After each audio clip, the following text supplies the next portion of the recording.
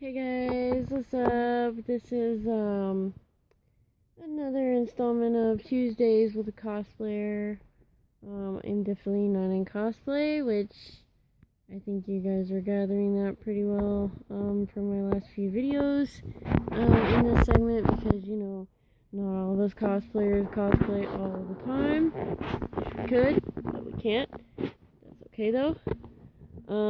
This is a little video, pretty much wrapping up, like a con review because I just did my last con for the year. I don't have any others planned, for this year unless something comes up, my group or myself is invited somewhere, but I don't see that happening, so I did my last con, and then this is also sort of a review of the Asheville Comic Expo. I want to keep in mind that I am going to be trying really hard to cover all this in a video that I'm hoping is not going to be too long because I just feel like I ramble on half the time in some of these. So I want to start with the con review. So, I was at the Asheville Comic Expo this past Saturday, with my group, and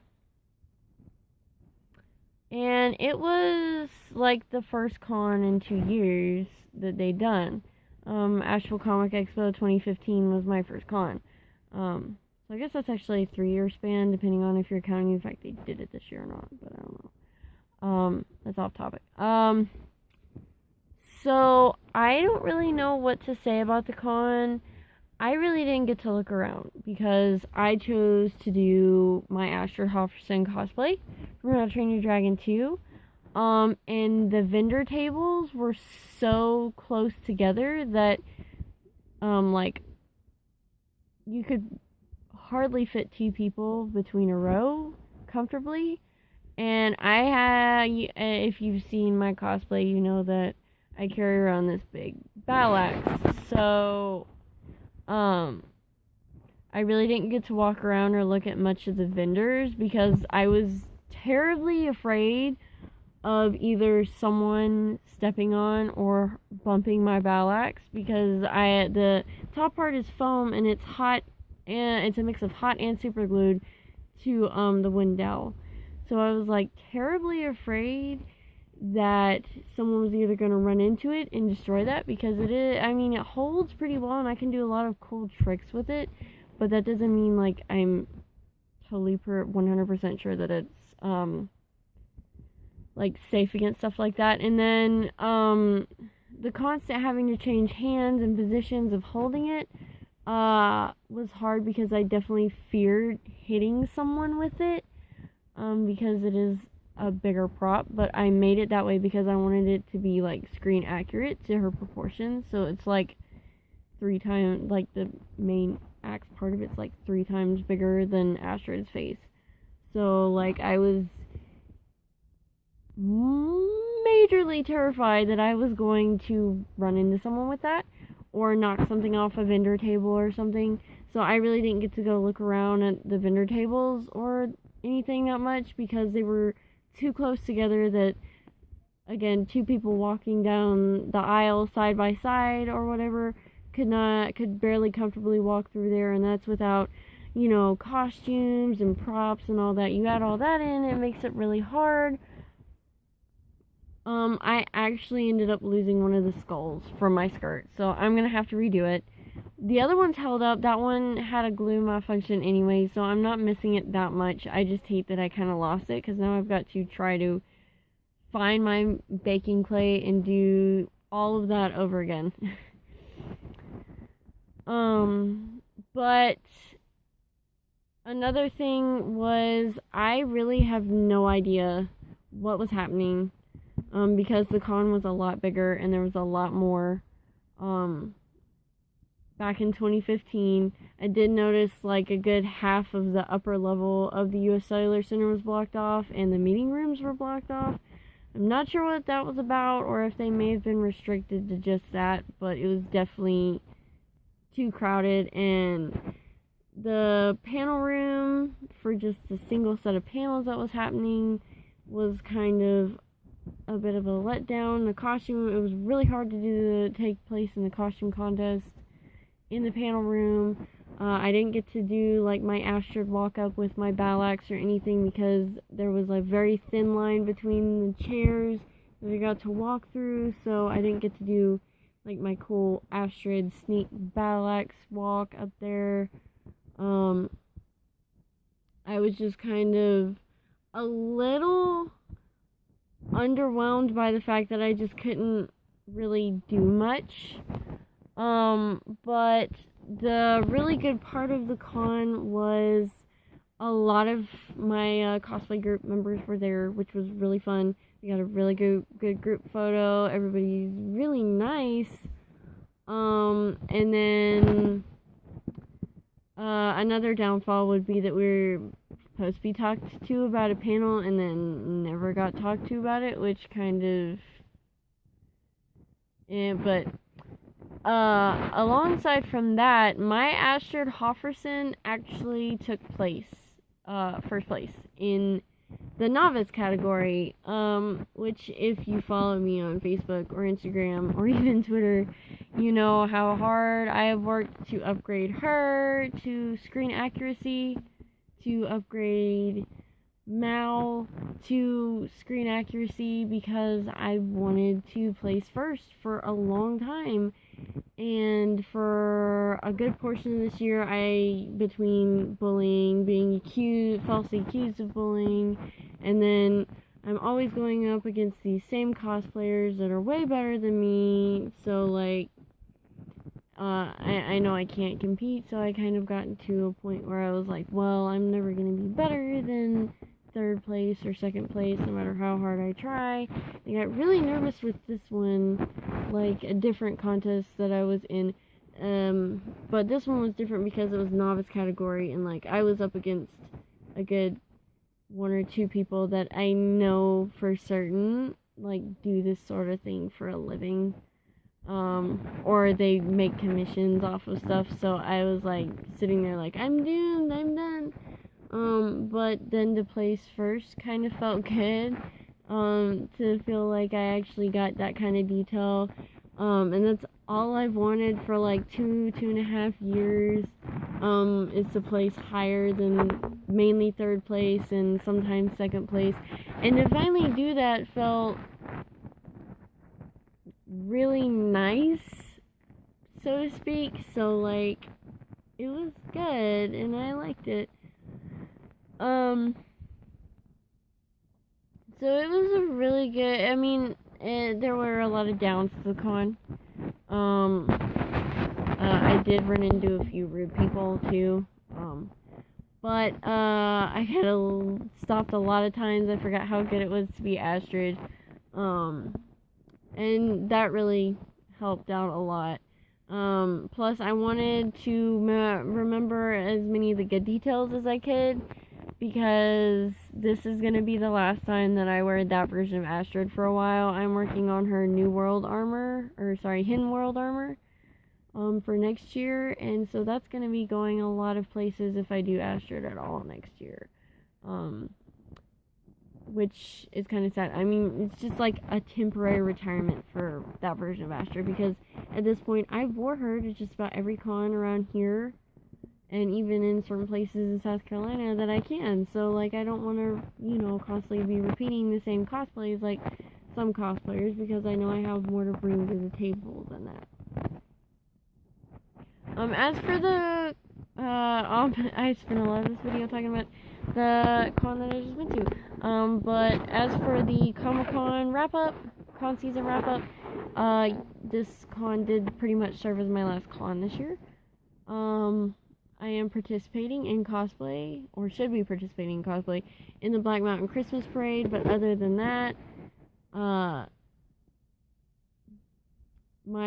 cosplay con season is over. Normally it's over with Halloween, on the 31st, but this con breathed a little life into November for me. Because normally between the end of October and like the beginning of March, I've got a lot of time to work on my new cosplays. Ahsoka is getting very close to being done, but I'm still lacking a few things. So we'll see how well that goes. I'm gonna have to see where I get with Astrid, because I'm probably gonna have to work on her a lot within the really recent coming months, because I just need to get her done by February, which is the goal. I have to have a majority of her done soon, especially with how cold it's getting. But we'll see how that goes. But a big thank you to a lot of the Comic-Cons, specifically ones where I at least did place in the costume contest, would be I think Lincoln and Comic-Con for Astrid getting 3rd place. I think Asheville Anime Regional Convention for giving Mal 3rd place.